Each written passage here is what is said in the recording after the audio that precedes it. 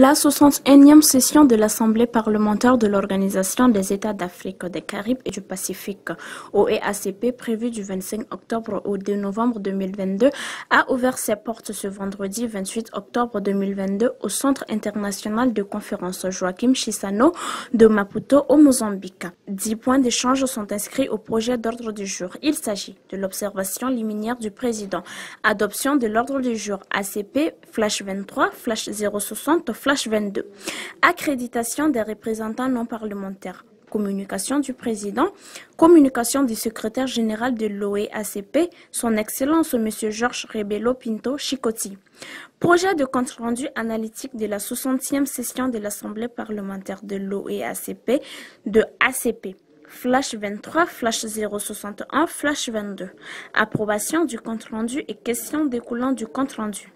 Échange de vues sur les rapports des commissions, Commission des affaires politiques, Commission du développement économique, des finances et du commerce, Commission des affaires sociales et de l'environnement, entre autres. Accord de partenariat au ACP-UE pour aborder la question de la sécurité maritime. Il a été convenu que la résolution fournira une dimension parlementaire sur la mise en œuvre des nouveaux accords maritimes de sécurité maritime. En matière de sécurité maritime. Au cours de la discussion qui a suivi, les membres ont partagé leurs expériences en matière de sécurité maritime, ont appelé à des approches multidimensionnelles et holistiques pour relever les défis de la sécurité maritime.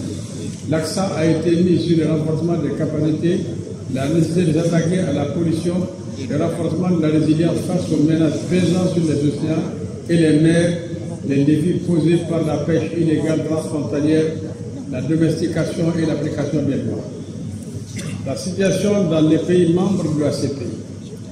En ce qui concerne la situation politique des membres de l'ACP, les membres ont reçu des mises à jour du Togo, de Djibouti, de la Côte d'Ivoire, du Burundi, du Kenya, de la Zambie, du Tchad, de l'Ouganda, de la Tanzanie, de la Guinée-Bissau, de la République démocratique du Congo, du Suriname, de la Guinée, du Libéria, de Vanuatu et du Cameroun.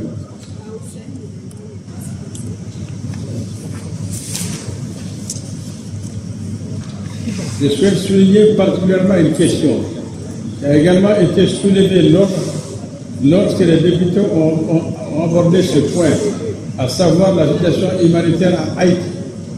L'Assemblée a pris note de la grave situation actuelle à Haïti et a demandé le soutien de la communauté internationale ainsi que de l'OACP pour commencer à s'engager sur la situation politique et humanitaire à Haïti.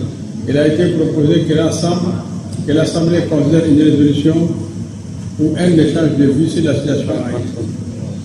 Monsieur le Président, voilà ce qui a été dit, mais nous avions également décidé de faire une motion de remerciement en faveur de l'État du Mozambique.